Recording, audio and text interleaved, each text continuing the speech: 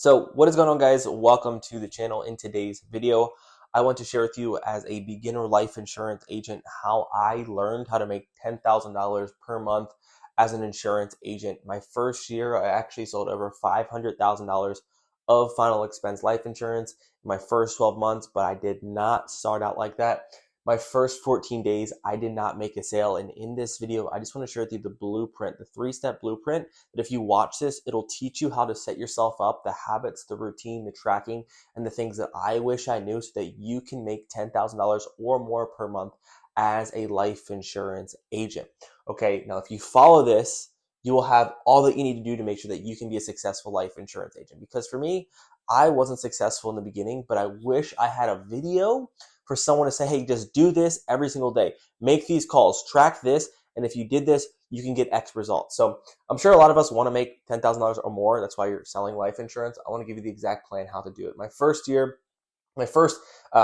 months, I went from selling 0 policies to issue paying, getting deposits of $294,022 as a life insurance agent selling final expense life insurance. And I like to give you the plan to just selling $40,000 of premium every single month. This was like the groundbreaking number of the goal that I had as an agent, that if you can learn how to do $40,000 in issue pay business, you're going to survive, pay your bills handsomely, and ultimately be a really successful agent.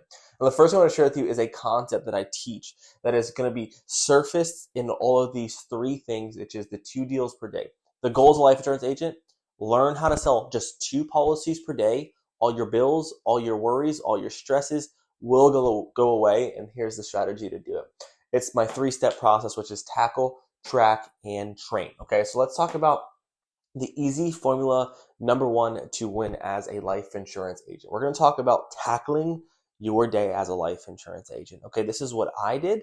This is what I would expect you to do if you want to get to selling over $10,000 a month as a life insurance agent. Okay, so the first thing is understanding how to win the morning. Okay, so one concept that I want to teach and just break this down for you really simply is how I structured my mornings. Okay, so this was the most important time of my day as a life insurance agent. I would start typically at like 7 a.m. Typically, we had a meeting at 9 a.m. as an agency, and I would be the first to start at 7 a.m. So at 7 a.m., when 7 a.m. hits, I am preparing my day. I am getting my leads ready. I'm getting my tracking sheets filled out. I am, getting my lists ready. I am studying all my, my business. I'm tracking my bank account. I am tracking all the things that allow me to operate the business. So before I even started my day, I was prepared to actually set up and win. Now at 8 a.m. was when the game started to go. A lot of people will start to like 9 o'clock or 9:30 or 10 a.m. My goal was when I was on the East Coast was to start dialing at 8 a.m. Okay, my simple blueprint was, hey, at 8 a.m. I am going to smash the dialer. My leads were coming in. I was using lead vendors. I was also learning how to generate them online, and my leads were coming in the morning. I looked at the mornings as a way that I had to get my deal by noon. Write this down. What allowed me and what I needed to do to make $10,000 a month is that I needed to prioritize one thing. I must make a sale by 12 o'clock, okay? Which meant that I had to say no to a lot of things, and I had to do things that were uncomfortable to make sure I make that commitment. Because my goal was to sell 2 deals by the end of the day. So I knew that if I could make my 1 sale by 12 Eastern, that I would set my afternoon and evening up for success. But I had to run with anxiety, okay? This might not seem healthy, but from 8 to 12, I did whatever it took to get my first sale. Because when I got my first sale, I could breathe, and I realized that I had my whole day ahead of me to get that 1 sale. But if I didn't make that sale, I was just panicking and I felt off the rest of the day. So then those leads were coming in the morning. I was calling them. When I was, trying to, get a call, I was on the call with someone who didn't sound like they were a buyer. I'd say, hey, I got to go and call the new lead. Whatever I did, my focus was on how can I close 2 deals, but most importantly, I had to get a deal by noon. Okay, so the mornings were all about running with heart, all about getting that first sale in, and that was either 150 dials or 1 sale. This wasn't just dial, take a break, have my lunch, go talk to my girlfriend, go down. This was 3.5, 4 years ago. No, I was on the phones, intentional. I don't care what's happening. I have to get my deal by noon. And through that mentality, I was able to unlock sales and ultimately learn quickly while everyone else was BSing in the morning. I was on the dialer, making my phone calls, and hunting that first sale down. Okay, so the morning was from 8 to 12. That's how I blocked out my day. Okay, now in the afternoon, I would transition from 12 to 3, dependent on how my morning went. Okay, so if my morning was great, then I might enjoy a little bit of lunch, kick back 30, 40 minutes, and get back on the dialer. But if I did not make that sale by noon, guess what I wasn't doing? I wasn't taking my lunch. I'll repeat that to you again. If I didn't get my deal by noon, because I knew that I had to close 2 deals if I wanted to provide for my family, I wanted to make this business work, I would do whatever it took. Okay, so if I didn't make my sale by noon, what I'm doing now is I'm skipping my lunch and I'm going after it. So in this, I was able to really focus on calling my leads, but there's typically a time in my afternoon where it got slow. So what I did is I developed what's called the hit list method. And I want to teach you guys this method because it saved me so many weeks, so many months of pain of like, hey, I only made 1 sale. I was bummed I didn't make my second sale. But this hit list came through so many times that it allowed me to close 2 or 3 extra deals, that week when I was going through a slow week. And what I would do is I would basically take a sheet of paper, and everyone that I presented to was that I would put their first name, John Smith. I would put a little bit about their situation, daughter's name, Samantha, whole life, cover burial, and then I would give them the 3 options. So I'd have a sheet of paper for everyone that I presented to. And I would circle, the option that they decided to pick. But these people who didn't buy, I would go out there and just put a stack of papers to the right of my desk or the left of my desk of the people that didn't buy. They were right there on the finish line. They told me they needed to think about it. I couldn't push them through. So during the afternoons, I would just focus on going through the hit list. Who are the people that are just right there on the finish line that just need an extra phone call, who told me that they need to think about it, call me in a few weeks, and I would call them. Because if I didn't have my deal in the morning, I would do whatever it took in my afternoons to absolutely find that one deal. So that hit list saved me so many times because what I would do with that hit list, I had a stack of 100, 200 people as you're quoting. I didn't just kill those people and never think about them. I had their names highlighted. Yellow was typically high intent. Red was like they're probably not going to buy. So I could go through my stacks of seeing who had the interest and who didn't. And then if I needed to make a sale, pick up the phone, call them.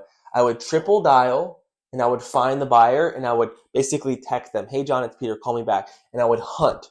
So in order to win, to sell $10,000 a month, you have to be a hunter in the morning and you have to be a hunter in the afternoon. This is not just call, chill, make another call. No, you have to be intentionally, mentally prepared that I'm going to find my deals. I'm going to find my deals. I'm going to find my deals. If I don't get my deals, I'm going to make sacrifices to make sure that I can find my deals so that I can provide and hit my 2 deals per day because I want to keep that debt collector away, right?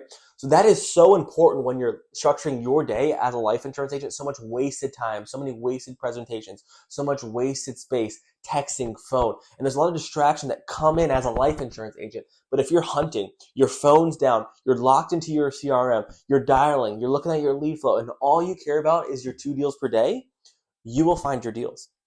Now, the third thing was the evening. Now, the evening was back to dialing and hunting. So the goal here was to make sure by the end of the evening, I had at least 300 dials per day. I had my 5 presentations. And most importantly, I would do whatever it takes to close my 2 sales. Okay. So a lot of times the evening would come. I remember just sitting on the floor with my stomach on the ground. It's 6 o'clock and I'm in my room, office like this, and I'm just trying to find the extra deal. I'm just tired. I'm exhausted. I've already made 300 calls. And I would just tell myself, you have to close 2 deals. You have to close 2 deals. So what happened is I would always finish typically on a presentation. And there was always that one person that's like, I don't want to give you my account number because I know I got to think about it. And in that moment, I had to think, I have 1 sale, but I need 2. So do you think I was someone that was like, oh yeah, no worries, we'll do this tomorrow or call me tomorrow?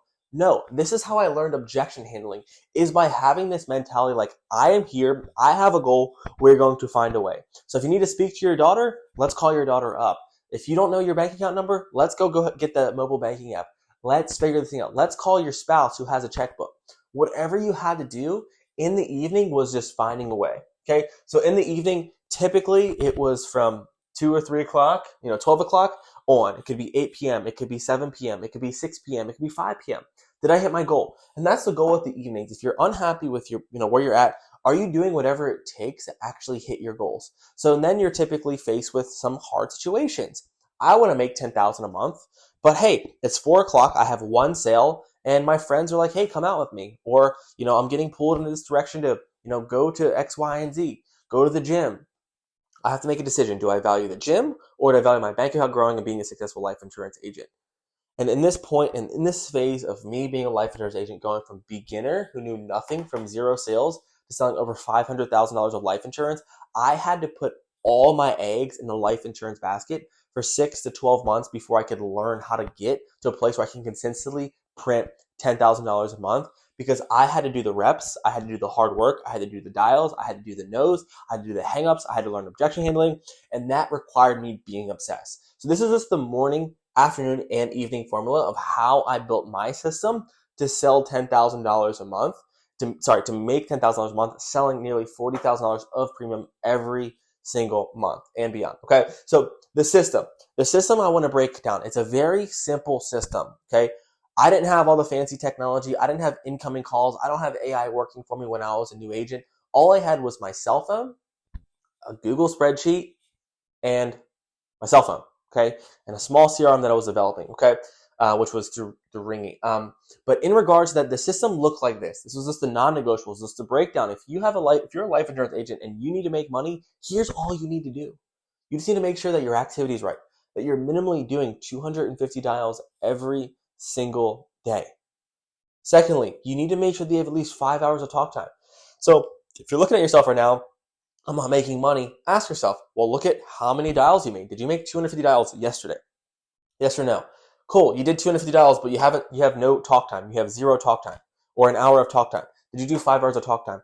This simple formula is used across every life insurance agency, and there's a reason why. It's simple, it works, and if you just stick to it, I promise you, you will make more money as a life insurance agent. But people typically 200 dials in, they get no's, they get distracted, they get pulled away. I'll come back tomorrow and do it.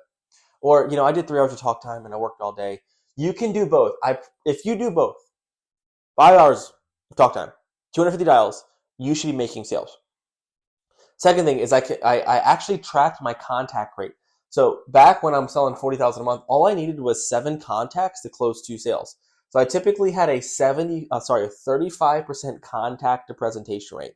So what did I do is I tracked how many people picked up the phone, okay? And then out of those people who pick up the phone, how many of those turn into presentations? Because presentations is the game of this business. If you're not giving quotes, if you're not giving people like numbers to make a decision, then you'll never be successful. This is why people pay $100 for a live transfer, because it's typically a guaranteed presentation. But instead, what if I could spend $12 or $15 for a lead and get them into a presentation? My customer acquisition costs would go down, which means that I can spend more money on leads. I can get more at bats because my intro was good, or my contact to presentation rate was good. So typically my contact to presentation rate was around 35%. And then my presentation to close rate was 50%, which meant that all I needed was 4 people to present numbers to, and I should close 2 deals. Now that is my skill set. That is the skill that I developed from going from 0 to 294,000 in 6 months, with all the no's, all the hangups, all the lead expenses, all the buying, all the charge, all that stuff that I had to go through, got me to a place of getting there. And now this doesn't just come overnight. This takes grit, and this takes you learning, adapting, and I'll show you in the training section. But you have to get to a place where hey, if I get blank presentations, I will close blank sales. And if I'm not happy with those blanks, then I need to improve my skill set, okay? So that was just the simple formula that I need. I need 7 contacts, 7 people to say hello. I needed 4 presentations, which would result in 2 sales. And as I told you earlier, 2 deals keeps the bill collector away. Okay, so that was my system that I like to tackle every single day that you can implement right now. The second thing that I want to talk about is tracking. Okay, I'm going to share with you a concept. If you're struggling right now as a life insurance agent, I wish I had this on my tracking sheet, which is, what is the number one thing that, if were true about your numbers, would change everything about your business?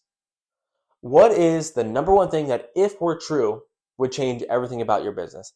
Would that be if I could get a 60% presentation to close rate, if I had, better qualified leads, everything would change. If I actually learned how to objection handle, everything would change. If I could, overcome every single objection on the whole entire world, I would be better. What is that one thing? Well, I'm going to help you understand what that one thing is right now. So the second principle that if you follow will help you get to the $10,000 per month goal is you have to track everything. Okay. So every single day, first thing is your commission statements or your bank account. Okay.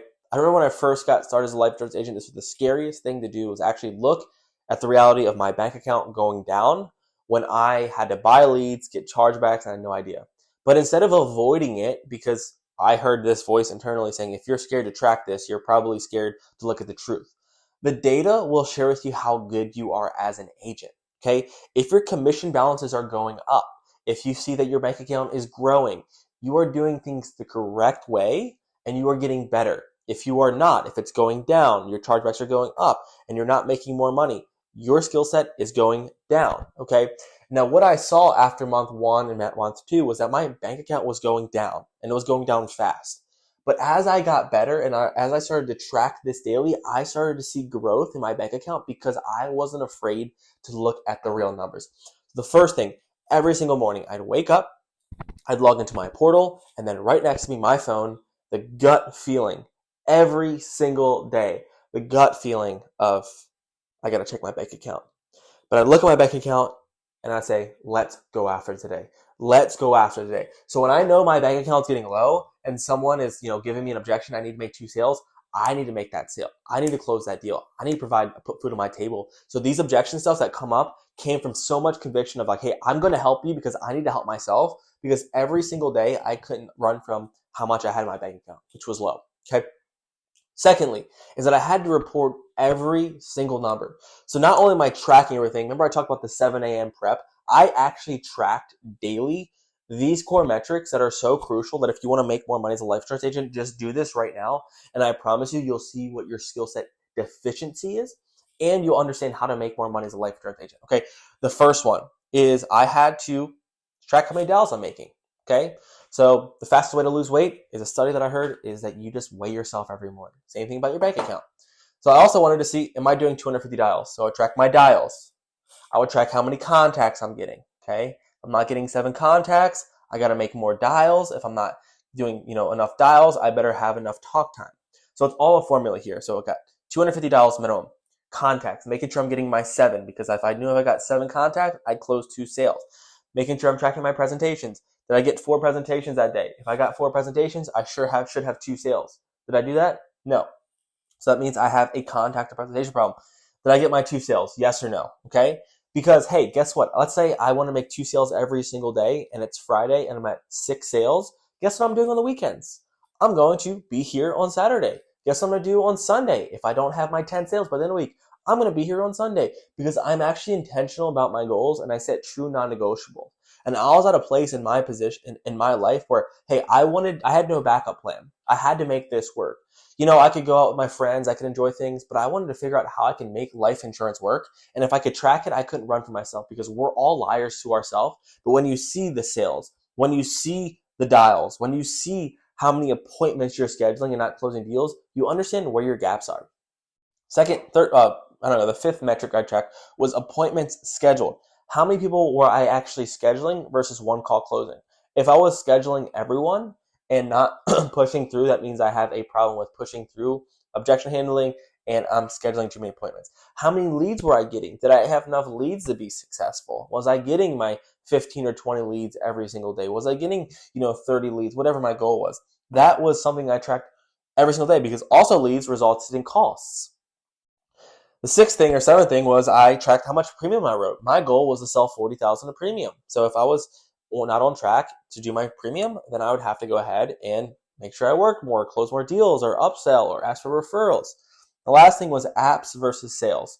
So if I had 10 apps and only 5 sales, I knew that my underwriting struggled. So what you must do as a life insurance agent, if you are intentional about making $10,000 a month, is actually reporting and tracking your numbers like a business owner. Okay. It's the boring and unsexy things that you have to do that's not fun, that will allow you to understand what's the one thing, if true, would help you actually change everything. This is a beautiful business, but if you don't know what your problems are or your constraints are, how can you get better? And in this case, if I had 5 presentations and 0 sales, well, I have a sales closing problem. If I had 20 contacts, people say, hello, who's this? And I have 1 presentation, then my intro, overcoming objection problems in the intro are not good. I'm letting people off the phone. My efficiency's off. So through your data and tracking, you can see really what is wrong with your process and you can fix it. Because if that one thing changed, if I can get a 60% presentation to close rate compared to my 20%, how much more money would I make? That's a question to ask yourself, and you could probably make yourself way more money without doing anything differently except improving that one thing.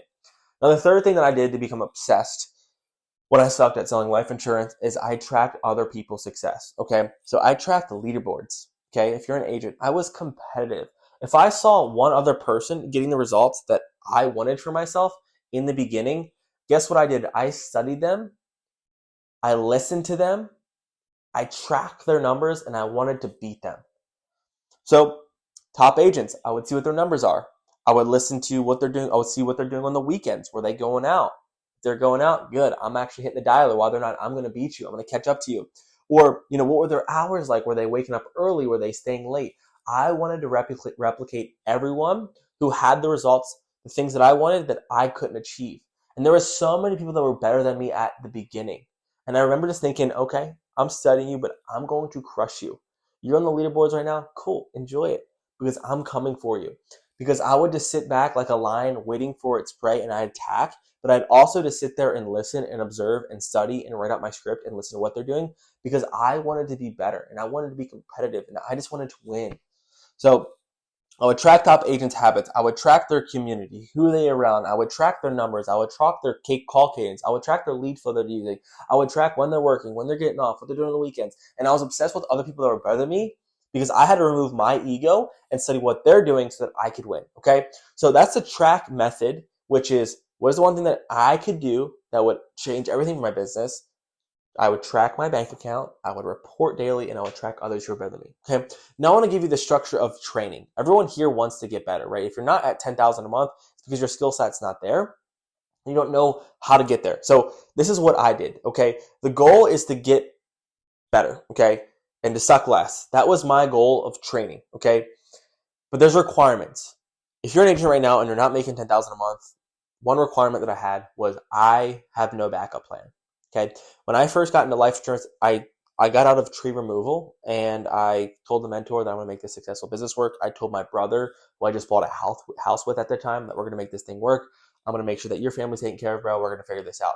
So I made verbal commitments to people and I had no backup plan. I wasn't just trying it out for 2 months. I wasn't just figuring it out for a few days. I wasn't just, toe in and toe out. No, I was all in 16, 14 hours a day for my first 6 months to figure this thing out because I had no backup plan. And I made that commitment to everyone around me, okay? And secondly, requirement is a level of obsession, okay? People might say, this is not healthy. Why are you obsessed with something? Well, you have to be obsessed with winning. You have to be obsessed with getting better. You have to be obsessed with your numbers. You have to be obsessed with tracking your data. You have to be obsessed with, trying to optimize your script. You have to be obsessed with everything that requires selling life insurance. Golfing. You're going to have to use the word no. I wrote this down. My favorite word. At the time I had a girlfriend, she wanted to do dinner. I said no. My friends would want to go golfing. I would say no. My friends would go out for drinks. I would want to say no. My friends would say, hey, you want to show up on a Saturday and play basketball? I would say no. Because my obsession was to change my life, to make life insurance work. And I knew that I could do that if I could build discipline and grit in my life. Of us right now could become better life insurance if they just use the word no. That was my favorite word. So let's talk about training. Let's say you're struggling. Here's what I did to get better. I, number one, took accountability. If I wasn't closing or making the money or doing the sales that I wanted to, it was all my fault. I never said once the leads suck. I never said like, hey, I should go to my upline and complain. All I said is, hey, this is what I'm doing. Can you help me? I don't understand. Like, what do I need to do? Help me understand. So here's my 4-step little process of training to get better as a life insurance agent. Step number 1 is that you have to unmute. If you're in a community on Zoom, which I did, is that every call, every time I'd get an answer, hello, who's this, Miss Betty? Hey, Miss Betty, this is Peter. I'm just getting back to you in regards to the request that you sent in. And they hung up on me. I was already unmute so that other people around me, I would ask for feedback. Hey, John, what do you think I did? What do you think I could have done there differently? Did I do anything wrong? The goal to unmuting is to be unashamed. Be unashamed of your flaws. Be unashamed of how bad you are right now. Be unashamed of, that you don't know how to objection handle. Be unashamed that you don't know how to underwrite.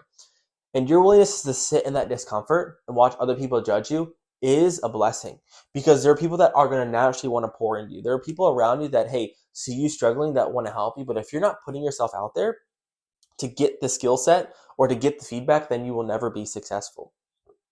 Secondly, is that when someone was on a call that was better than me, I used to message them on Zoom, can you please unmute? I want to hear your calls. Can you please unmute? I want to hear how you're doing the presentation. Can you please unmute? I want to hear your discovery. So that level of unmuting created so much feedback for myself and ultimately learning from other people that allowed me to get better. The second thing is actually listening. When it comes to listening, all I would do is I would listen to top agent calls every single day. So agents that were better than me.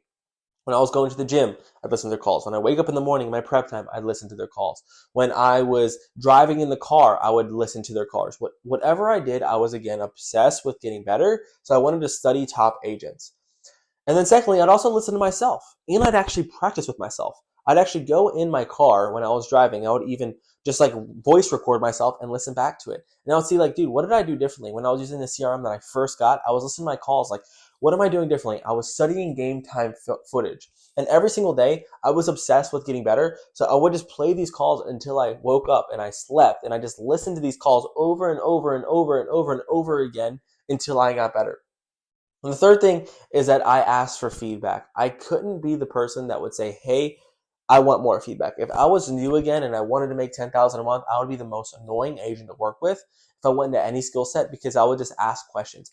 After every call, can you train with me? Can I do better? Is my tonality right? Did I overcome this right? How can I get better? What do I need to do? And I asked for feedback. So going back to being unashamed is that you have to ask for feedback and role play with your friends. Role play with other agents around you, because if other people are getting the results, why not say, hey, Tim, I love how you just overcame the objections. Can we role play that for 5 minutes, man? I just want to make sure I can learn how you do it so I can get better. You cool with that? Great. And then you can go out there and you can actually role play. And the fourth thing is that I attend any extra call. If there's any other calls, whether it's a morning huddle, it's an evening training, it's a Saturday, huddle, it's a Sunday regroup, it's a Monday launch, whatever it is, I would be there, because I'm always putting myself in the arena to get better. And if I did this every single day, which is I have to unmute on every call. I'm going to listen to other calls, agent. I'm going to ask for feedback every time I lose a call. I'm going to show up to extra training. I would have gotten better way faster and would be the exact steps that I would have went right now if I'm unhappy with how much I'm making as a life insurance agent. So that is just my simple step, guys, of the blueprint of tackling your day, how to track and how to train to make sure that you can close 2 deals per day. Because I promise you, if you sell final expense, you can get to a place where you're selling 2 deals per day, like clockwork. Bill collector, kiss them goodbye, and you'll ultimately make more money as a life insurance agent. If you guys like these whiteboard trainings, keep me in the loop, let me know. Random note too, my agency is hiring Legacy of Life, so if you do want to work with me, no lead costs, no chargebacks, and if you made it this far, love to get to meet you, and I'll see you on the inside.